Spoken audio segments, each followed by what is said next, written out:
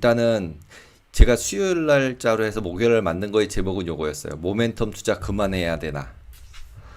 이거였는데 어저께 금요일 날 장이 바뀌는 바람에 요 밑에다 바꿨어요. 신고가 갱신, 추격 매수해야 하나?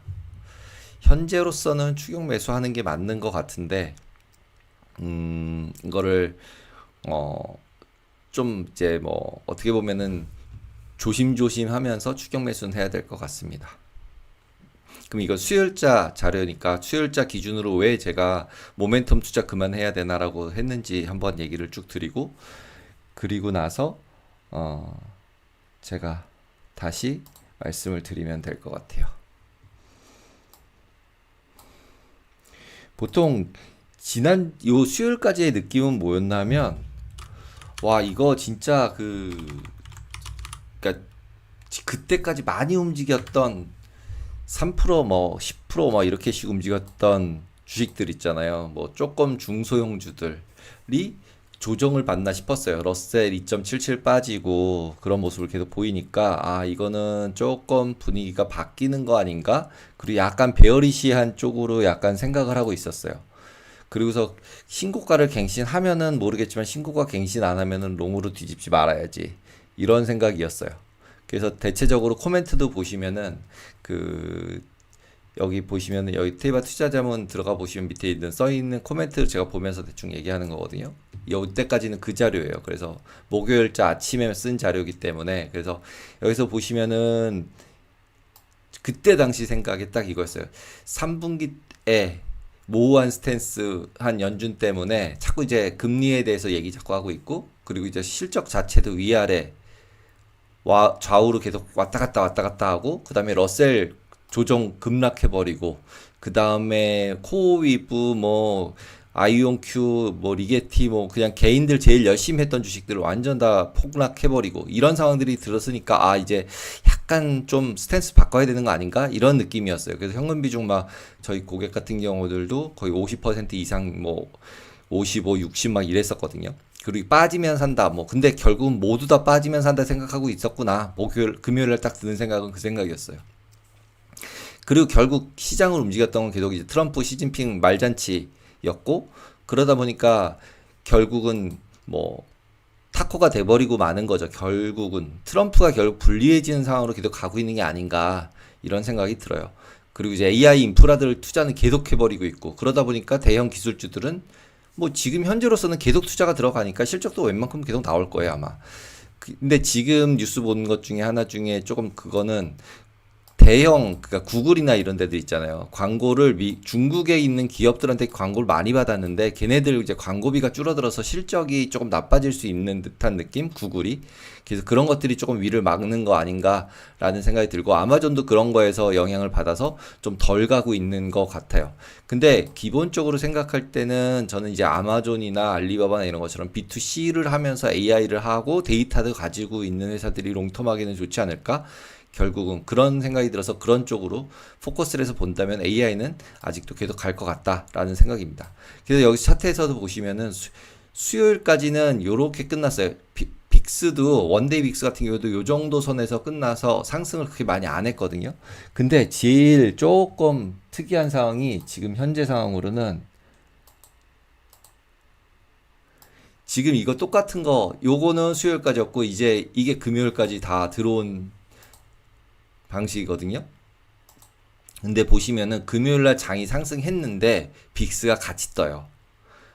그러니까 진짜 이번 주 이벤트에 대해서 굉장히 두려워하고 있고, 주말에 뭔가 나올 거라고 생각하고 있는 생각들이 굉장히 많은 거예요. 옵션 시장에서 인볼이 계속 뜨고 있거든요. 원데이 볼이. 이거는 진짜 그러니까 예, 주말 사이에 뭐가 나올 거라고 생각을 애들이 했는데, 지금 현재까지는 아직까지는 안 나온 거라고 봐야죠. 뭐 만난다고 얘기하고 그러는 건 있지만. 그리고 밑에서 보시다시피 금 같은 경우도 이제 급락을 했었었죠. 급락을 했는데 다시 또 반등을 하는 모습을 보이다 보니까, 그리고 그 전주도 이제 반락을 했었고, 그래서 금도 의외로 저는 계속 금 뭐 살고 싶지 않다고 계속 말씀을 드리지만 금도 생각보다는 되게 센데, 거기다 이제 골드만에서 레포트 나온 걸로 보면은 프로그램 매매였다. GLD라는 ETF 관련해서 5% 빠지는 게 이제 어나인딩 걸리고 뭐 이런 것 때문에 빠진 거라서 기본적으로 펀더멘탈 해소는 아니라서 계속 매수해야 된다. 뭐 이런 의견들이 나오고 있는 것 같은데, 금 같은 경우도 어떻게 봐야 될지도 아주 애매해진 것 같아요. 그래도 저는 금을 보다 다른 거를 사서 더 수익을 낼 가능성이 더 많지 않을까라고 아직도 생각을 합니다.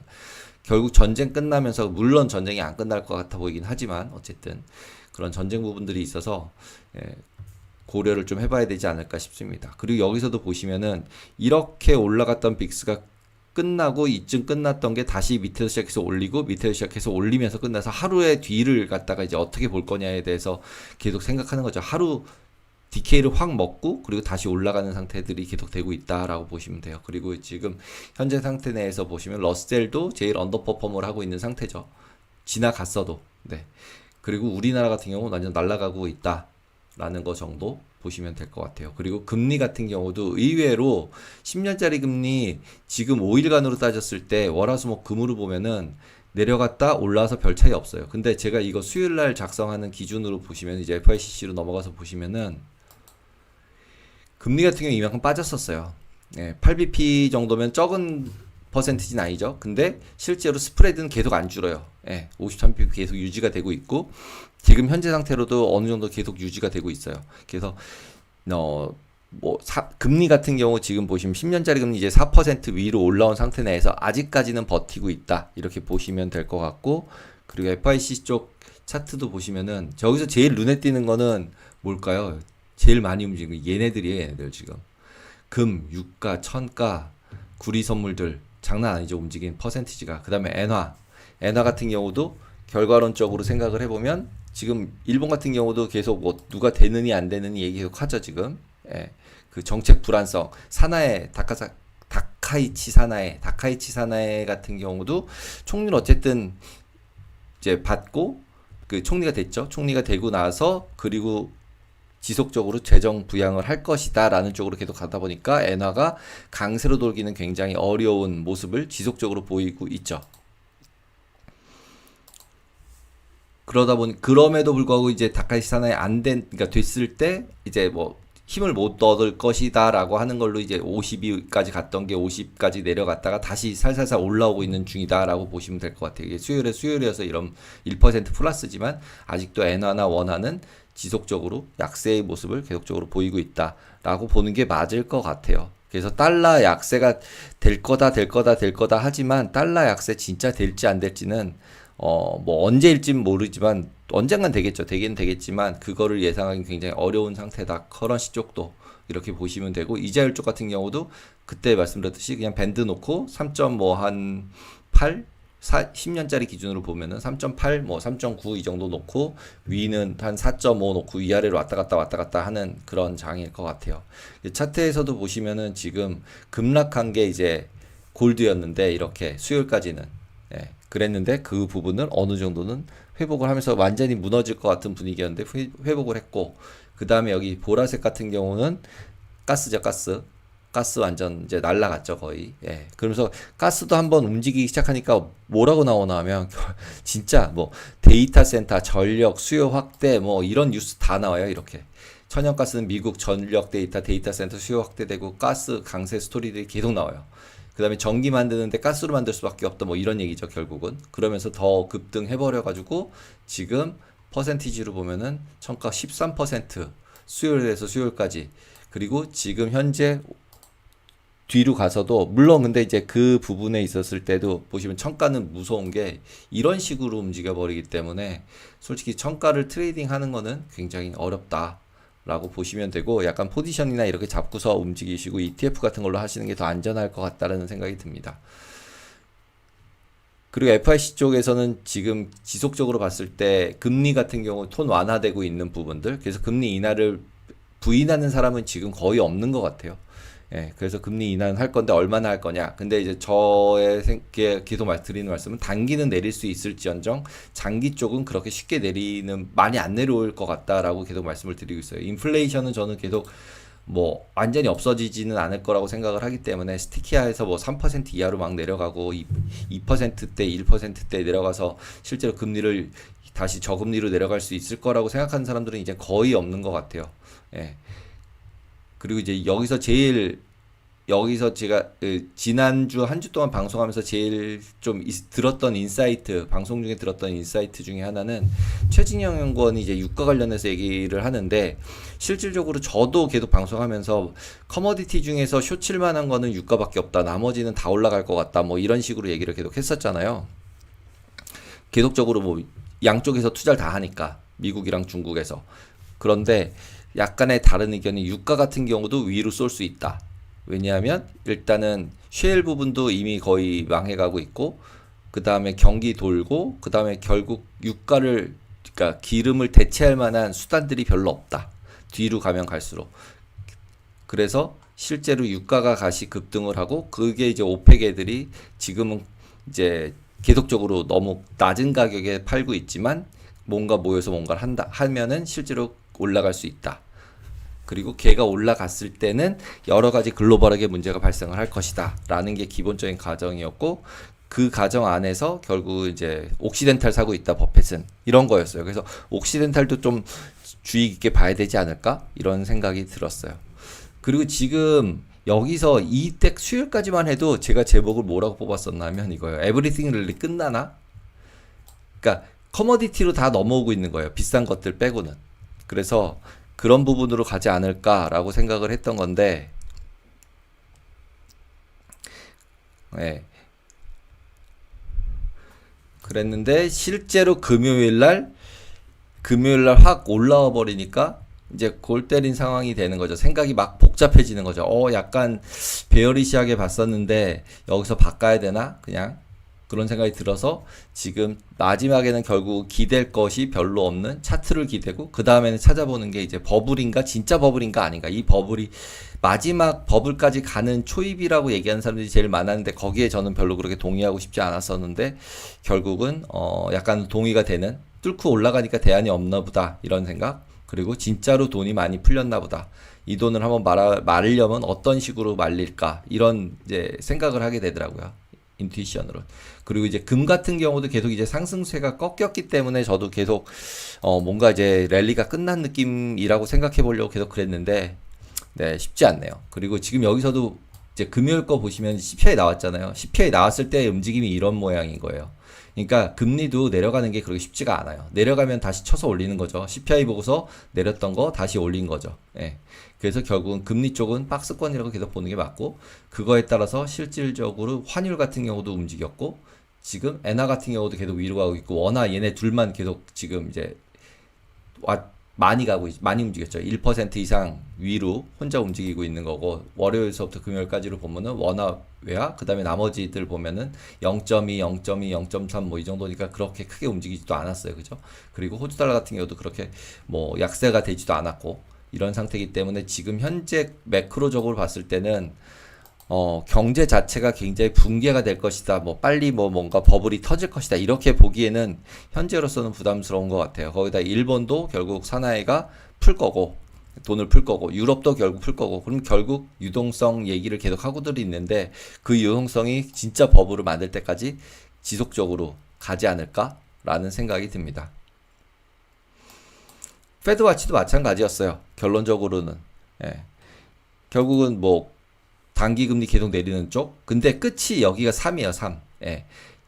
지금 실제로 내년 말에 3이냐, 3 이하냐가 되게 중요한 그러니까 주목이 되는 시점이다라고 생각이 들어요. 여기서 일로 더 내려간다면은 약간 오히려 저는 주식시장이 네거티브 아닐까? 왜냐하면 일로 내려간다는 얘기는 침체 우려가 저는 반영되는 거라고 생각을 해요. 오히려 그냥 여기 한 2.5에서 여기 3.0 사이에 왔다 갔다 하면서 금리가 더 이상 내려가지 않지만 경기가 죽지 않아야 이게 계속 버블을 유지할 수 있지.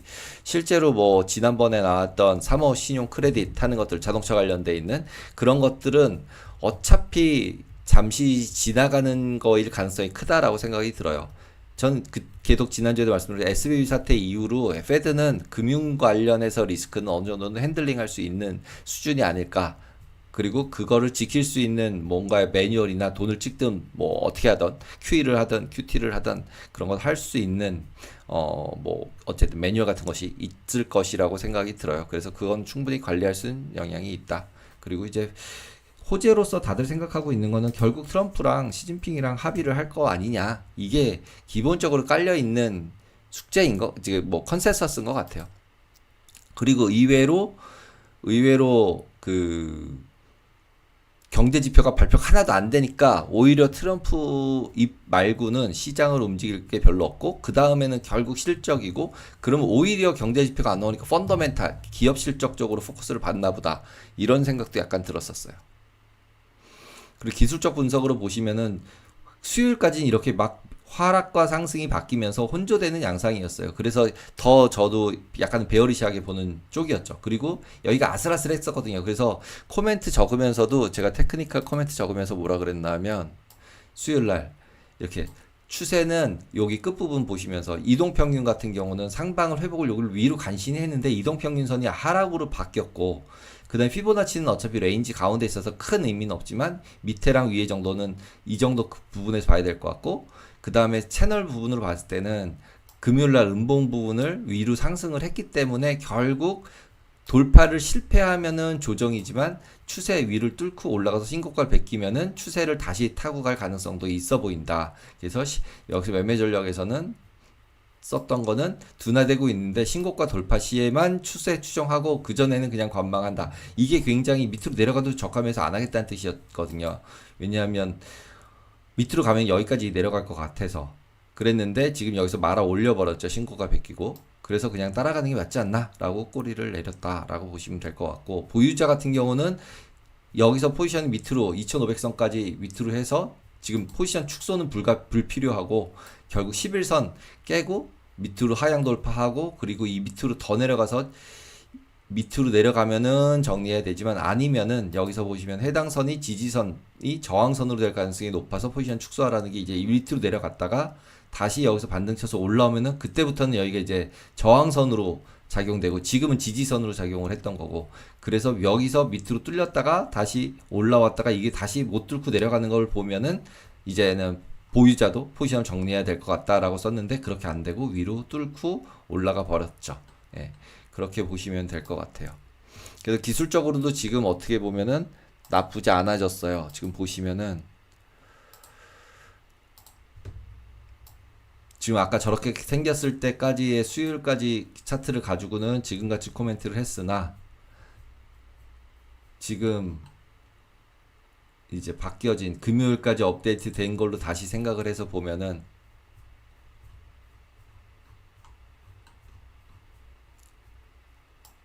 아까랑 똑같은 차트거든요. 보시면은 완전 뚫고 딱 올라갔죠 위로. 그리고 양봉이죠.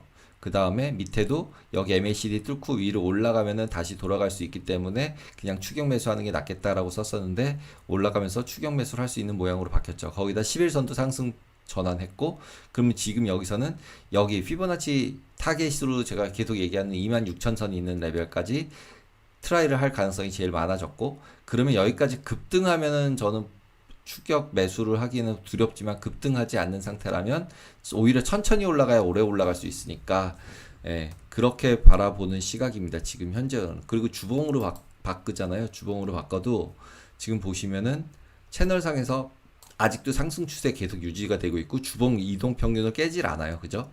그러면은 지금도 어쨌든 올라가서 이 상승 추세 상단까지는 열려 있다고 봐야 되고 일단은 피보나치 그림에서 예상 고점 여기까지 잡았던 26,000선까지를 한번 쳐다보자 라는 정도입니다. 그리고 만약에 여기까지 닿다 그러면 그 다음 예상 고점 만들려면 제가 피보나치 그림 다시 그리듯이 피보나치 여기 26을 여기다 맞춰놓고 여기 상단을 찍은 거거든요. 그래서 상단 여기까지는 열려 있다고 한 게 여기가 26일 때 근데 여기서 신고가를 베끼면은 다음에 있는 여기 38.2를 갖다 여기다 갖다 얹어야 될 거예요. 그러면은 얘가 더 위로 올라가겠죠. 그래서 실질적으로 굉장히 그 과매수 국면인 거 주봉으로도 실제로는 과매수 국면 맞거든요. 여기 있잖아요. 지금 여기 보시면은 여기가 고점 근처고 여기도 고점 근처인데 MACD도 완전 과매수 구간이잖아요. 그러면 여기서 조정을 거치면서 내려갔다가 올라가는 레벨 여기까지 포지션을 정리하고 기다릴 거냐 아니면 여기서 고점이니까 여기서 그냥 그러니까 여기서처럼 고점이라고 생각하고 밑으로 내려갈 거라고 보고서 정리했다가 다시 산다가 생각이었던 건데 그걸 안 주고 그냥 위로 가서 계속 더 매수하는, 더 과매수 국면으로 MACD 기준으로 보면, 주봉으로 보면은 과매수 국면으로 올라가고 있어요. 근데 이거를 믿으면 안 되는 게, 위클리 같은 경우는 여기서 보시면은 조정을 거치긴 잠깐 거치지만 엄청 옆으로 횡보하고 있으나 주가는 어떻게 됐어요? 계속 올랐어요. 내려갔다 오르고 내려갔다 오르고 내려갔다 오르고, 그 다음에 여기도 마찬가지로 횡보로 가지만 내려갔다 오르고 하죠. 그래서 MACD 같은 경우 이 레벨 가지고 무조건으로 믿으시면 안 된다라고 제가 계속 말씀을 드리고 있어요. 그래서 다이버전스 쪽이 오히려 훨씬 더 확률은 높다. 그리고 지금 여기같이 이렇게 깨졌을 때 하고 타고 올라왔고, 여기도 제가 계속 베르시에 봤던 게 이 다이버전스가 보였기 때문인데, 지금 그 다이버전스 깨고 위로 올라간 다음에 지금 여기서 한 번 더 만들다가 옆으로 가고 있기 때문에 MACD를 지기보다는 MACD가 상승하냐 하락하냐만 보시는 게 가장 적절하지 않을까라고 생각이 듭니다. 그래서 지금 수요일 기준으로 봤을 때와 그 다음에 금요일 기준으로 봤을 때가 모양새가 완전 달라졌죠. 예. 목금 요거 두 개가 새로 양봉 두 개가 생긴 거죠. 수요일까지는 이렇게 찍고 여기까지 올린 게 그래도 다행이다 그랬는데, 그 다음에 바로 두 개 양봉 두 개로 고점 뺏기면서 넘겼기 때문에 일단은 다시 포지티브하게 볼 수밖에 없다라고 생각이 듭니다.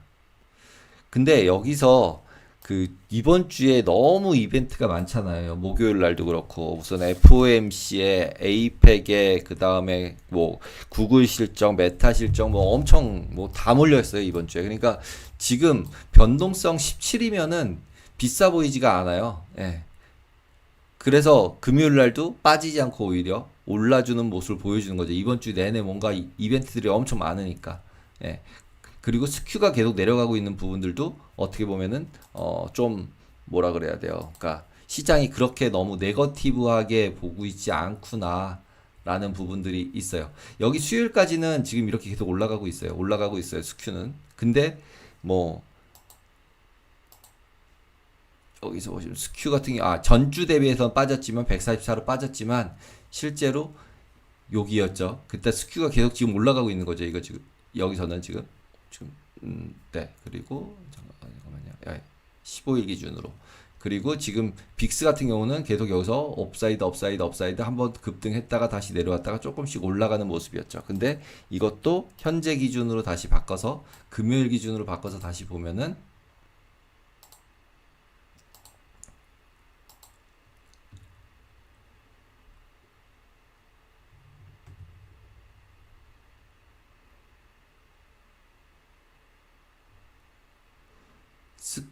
빅스 같은 경우는 막 밑으로 쭉 떨어져서 16대까지 이제 내려왔고, 그 다음에 지금 스큐 같은 경우도 쭉 올라가고 있죠. 여기 올라가는 거는 제가 지난번 말씀드렸듯이 빅스가 빠지면 스큐는 올라가요. 왜냐하면 애더머니가 빠지기 때문에 OTM 풋은 계속적으로 가지고 있거든요. 그러다 보니까 이렇게 움직여요. 그리고 지금 이거 보시면은 최근에 뭐 인플레이드랑 그게 변동이 별로 없었다라고 얘기를, 잠깐만요, 이거 이상해요. 잠깐만요, 이거 이상해요. 이거 아닌 것 같아요. 잘못된 것 같아요. 어쩐지 이거예요. 맞아요. 네, 리얼라이즈가 좀 이상했죠. 그래서 S&P 같은 경우 이제 히스토리칼 보면은 10짜리 정도로 리얼라이즈가 되고 있고, 빅스 같은 경우도 보시면은 16 레벨이고 얘 계속 올라가고 있죠. 그리고 얘는 떨어지고 있고, 그래서 이 빅스가 떨어지는 부분들은 리얼라이즈하고 맞아지 빅스하고 거의 비슷하게 붙으려고 그러죠. 지금 한 달하고 얘네하고. 그래서 지금 실제로 금요일날 부분 같은 경우는 분명히 빅스나 아니면은 매수하려는 부분들이 한 달짜리 정도라면은 매수하는 세력들이 있을 가능성이 굉장히 많은 레벨까지 좀 오히려 하락한 것 같은. 그래서 빅스로 해지를 했었다면 지난번에 급등했을 때 좀 정리했다가 다시 사야 되는 건데, 이거 완전 트레이딩 영역이라서 그거 따라다니면서 샀다 팔았다 하긴 굉장히 어려워요. 네, 그렇게 보시면 될 것 같고, 지금 현재 상태로 보면은 여기서 보시면은 수요일 날까지 보시면은 여기 밑으로 이렇게 여기 보시면 이렇게 내려가 있었잖아요. 이만큼 내려갔다가 지금 다시 꼬리를 드는 모습이었는데, 그 부분에서 위로 쫙, 여기서는 이제 요만큼 들었다가 퍽 내려와 버린 거죠. 급등하면서. 그리고 대신에 그 급등하면서 스큐도 오히려 올라가고, 이렇게 보시면 될 것 같아요. 그래서 아직은 다운사이드 해지하는 세력들이 있어서 스큐가 여기서 이제 15대로 더 급락하는 거를 지금 예상하기는 그렇게 쉽지는 않아 보여요. 그래서 그 정도면은 괜찮지 않을까 싶어요. 그리고 미결제 약정 같은 경우들도 풋옵션 콜옵션에 있었을 때는 풋콜레이션은 아직도 계속적으로 오히려 콜 쪽에 쏠리는 모습들이 보여졌고 길 크게 보면은 그리고 금요일자 같은 경우는 오히려 하락하는 쪽에 베팅을 했는데 실질적으로 금요일날 같은 경우 이거였거든요. 이게 근데 지금 이거 보시면은 위로 이렇게 치솟는 게 아니라 약간 밑으로 내려가는 모습으로 보이잖아요. 그래서 지금 제가 옵션 쪽에서 코멘트 적을 때 이렇게 적었었죠. 그래서 14일 날 만기 같은 경우는 콜옵션, 풋옵션을 다 감소해서 그냥 소강 상태를 보였는데 결국은 변동성 부분에 있어서 단기 베팅 유입된 것 같고 그리고 대형 기술주 앞두고서 콜 스프레드 전략으로 유입되는 모습을 보인 것 같다 이렇게 적었는데 그렇게 적었던 이유가 여기 부분이 미결제 약정이 너무 많아요. 그죠? 그러면 보통 이거 매수, 이거 매도 이런 식의 콜 스프레드 전략으로 유입된 것 같아요. 그래서 상승 쪽으로 좀 베팅하는 것 같다. 그리고 여기서 꺾인 거는 이 풋을 좀 팔았다. 그래서 시장 이 옵션 시장 금요일자 기준으로 봤을 때는 상승 쪽으로 베팅한 모습이었다라고 생각이 들었는데 금요일은 어쨌든 조금은 상승을 했죠.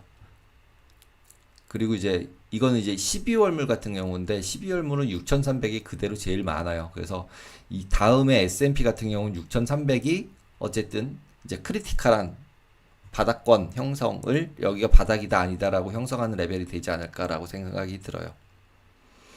그리고 미결작정 이제 그 10월물이 다 만기가 끝나고 나서는 결국 이쪽 앞에 있는 게 다 없어지고 난 다음에 요 11월 만기에 다 몰려 있어요. 이 11월 만기가 지금 현재 11월 21일이에요. 금요일 날. 그래서 그 날짜에 실질적으로 이제 요 앞부분을 해지하는 게 이 앞에 쪽 것보다 이 날짜에 다 모여 있다. 셋째 주 수요일로 모여 있다. 그래서 그때까지 뭐 어쨌든 12월보다 얘가 더 거의 같거나 많아서 원래는 12월이 점점 더 많아져야 되거든요. 그래서 최근 들어서는 진짜 단기 옵션들만 거래를 하는 것 같다라는 생각이 들었습니다. 그리고 그 11월물 같은 경우도 이렇게 OTM들 5천의 행사 가격이 있는 걸 많이 가지고 있어요. 그러니까 이런 거 다 해지예요. 그러니까 보험료라고 보시면 돼요. 그래서 보통 여기 앞에서 나오는 미결제 약정은 이런 거 그릴 때 미결제 약정 그려질 때 보시면은 여기 5,700 뭐 여기 8,000 이렇게 나오잖아요. 이게 3 시그마가 여기인 거거든요. 그러니까 1 시그마 400, 700, 1100, 1100 정도가 3 시그마예요. 그러니까 이 만기까지 12월 만기까지 1100이 빠질 가능성은 거의 없는 거죠. 근데도 불구하고 이런 데 보시면 5천짜리들, 5천 이하짜리를 해지를 한다고 이렇게 막 5만 개씩 있는 거예요. 이런 거 왜 돈 주고 왜 살까? 라고 생각을 하지만 해지라고 생각하시면 돼요. 그래서 이 레벨로 계속 하락으로 했을 때 자꾸 이제 뭔가 이벤트가 발생하는 이유가 이거를 산 부분을 해지하다 보니까 더 임팩트가 커지는 거예요. 그래서 이렇게 많았다가 내려갔다가 다시 올라가는 이런 시점들이 쇼감마 구간이다. 뭐 이런 얘기들을 하는 거라고 보시면 될 것 같아요. 그래서 지금 현재로 보면 그렇게 뭐 무서운 상태는 아니다. 그리고 이 날짜까지로 해서 봤을 때 되게 우리나라 지금 서학개미들이 엔비디아 쪽으로 많이 돌고 있다라는 생각이 들었었어요. 그리고 골드도, GLD도 많이 샀죠, 지금. 예. 그리고 지금 오라클, 뭐 이런 것들도 다 사서 비트코인도 아직 버리진 않은 것 같아요. 비트마인 같은 것들이 들어오니까. 그래서 지금 지난주에는 숏이 있는데 이번 주는 숏이 없어요, 여기는. 그리고 이거 같이 엔비디아 2배짜리 롱 나오고 예. 이더리움 2배짜리 사고 네. 그래서 불리시한 마인드로 서학개미들이 들어갔다라고 보시면 될 것 같아요. 그리고 이런 새로운 이제 종목들도 별의별 거 진짜 잘 찾는 것 같아요. 이런 것들 우라늄 기업들도 이제는 매수 신매수로 들어오고 뭐 대사 종양들 들어오고 있어요. 그래서 이 첨부된 레포트에서 보시면 될 것 같아요. 그리고 지금 센티먼트 같은 경우 보면은 투자 심리 지표들 같은 경우 되게 그러니까 리스크 조정에 대해서 되게 민감하게 반영을 하고 있었다라고 보시면 될 것 같아요. 그리고 기업들 같은 경우 잠깐만요. 이걸로 열어서 지금 볼게요. 여기 차트가 붙어 있지가 않아서.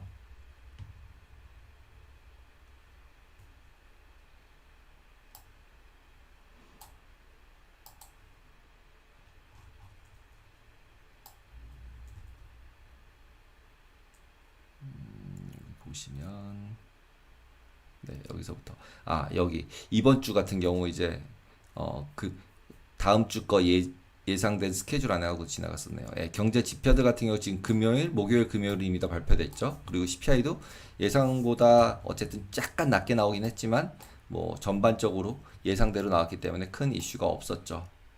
그리고 오히려 불리시하게 오히려 나왔고 나머지 소비자 신뢰 지수들은 오히려 나쁘게 나온 것도 있었죠. 그럼에도 불구하고 계속 강세 쪽으로만 포커스를 해서 보고 있었다라고 보시면 될 것 같아요. 그리고 이제 월요일, 화요일, 수요일까지가 끝인데 여기 FOMC가 이제 저녁 때 목요일 날 우리나라 새벽에 나오죠. 예. 그리고 이 뒤로 이제 메타 장 끝나고 마이크로소프트, 알파벳, 여기 치폴렛 뭐 그렇다 치지만 일단 메타, 마이크로소프트, 알파벳 여기 다 있죠. 그래서 수요일 빅 이벤트죠.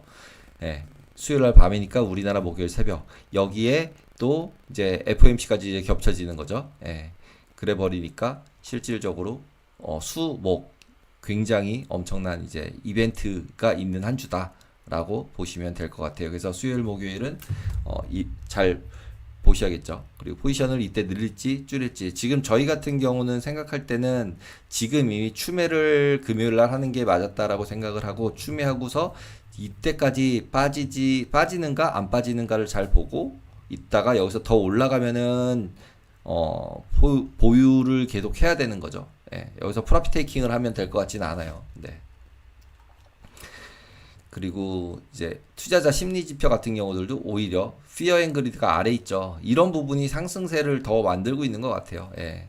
그래서 이격은 계속 심화되고 있으나 의외로 예, 그리드 쪽으로 올라가고 있지 않다. 장은 올라가고 있지만 경계를 계속 하고 있는 거죠. 그러니까 경계를 타고 오르는 거죠. 그리고 스프레드 같은 경우들도 기관 투자자나 개인 투자자 두 개 다 이제 격차가 약간 축소가 됐지만 전반적으로도 기관 투자가들은 계속적으로 매수 유지를 계속하고 있고 개인들은 의외로 계속 보수적으로 보고 있다라고 보시면 될 것 같아요. 그리고 대형주 계속적으로 올라가고 있어요. 그리고 펀드매니저 서베이에서도 주식 비중 8개월 만에 최고치, 그래서 매니저들 계속적으로 롱으로 돌아가고 있다라는 부분이고요. 그리고 에셋 얼로케이션에서 봐도 현금 보유 비중 35% 이상일 경우에 매수 시그널인데 지금 어디 있어요? 여기 현금 비중 그렇게 높진 않아요. 예. 지금 15.4% 현금 비중. 그래서 실질적으로 아직도 그렇게 버블스럽지는 않다라는 게 기본적으로 보여지는 거예요. 센티먼트 상으로는 기관 투자가들은 비중이 굉장히 높지만 근데 계속적으로 이슈 나오는 게 이런 밸류에이션 비율이죠. 비율. 예. 실러든 버핏 지수든 뭐든지 다 완전 최고가 이상이에요. 그래서 펀더멘탈하게는 도저히 뭐 그냥 이거 싸다고 얘기할 수는 절대로 없는 상황이에요. 유동성으로 계속 올린다로 결국 해석할 수밖에 없는 상태다라고 보시면 되고, 그리고 마진뎁도 약간 올라가는 추세여서 조금 조심해야 되는 상황이었는데 금요일날 더 올라가서 더 높아지지 않았을까 생각이 듭니다. 그리고 지금 주간 리뷰로 쭉 봤던 건 이렇고요. 아까 전에 그 제가 차트 보면서 잠깐 설명드렸지만 지금 현재 나스닥 선물 기준으로 봤을 때 위로 치고 올라갔고 S&P로 봐도 나쁜 상황이 아니기 때문에 지금 현재로 봐서 여기서 뭐 숏을 치는 게 맞다 뭐 이렇게 접근하기는 어렵다라고 생각이 듭니다. 지금 얘를 보면은 얘도 마찬가지죠. S&P를 보셔도 S&P도 지금 이 모양이에요. 네. S&P도 지금 이런 모양. 그 다음에 나스닥 같은 경우도 거의 비슷하죠. 예. 뚫고 다 여기를 뚫고 올라갔기 때문에 이제 여기서부터는 뭐 어디까지 조정받을 수 있으면 내가 살래라고 하면은 조정받으면 여기 11선에서 사야 되는 게 이제 뭐 맞는 거죠. 조정받아서 산다면. 아니면은 지금 뚫렸기 때문에 추격 매수해서 따라가는 수밖에 없는 상태가 돼요. 그래서 그리고 이제 MACD 같은 경우도 여기서 이미 크로스가 났기 때문에 위가 상단이 어느 정도 열려 있다라고 보는 게 맞아요. 지금 기술적으로 봤을 때는. 그리고 여기서도 보면 다이버전스가 위로 나오고 있죠. MACD가 위로 약간. 그러니까 지금 현재 여기서는 어쩔 수 없다. 여기까지는 일단 25,000 넘어서 26,000까지는 일단은 열어야 되는 거고, 그게 뚫리면 결국은 여기 노란색 상단까지 갈 거고, 노란색 상단 근처까지 간다고 치면은 여기쯤에서는 포지션을 일부 좀 줄이는 것도 생각해 볼 수 있다. 그리고 지금 이제는 이 밴드 내에서는 50% 중앙 레벨에서 이제 올라가는 수준이기 때문에 여기만큼 열려 있다라고 봐야 되는 상황으로 바뀌었어요. 그리고 펀더멘탈하게도 너무나 악재를 여기서 퍼뜨리기에는 쉬워 보이지 않은 상태. 예, 그렇게 보입니다.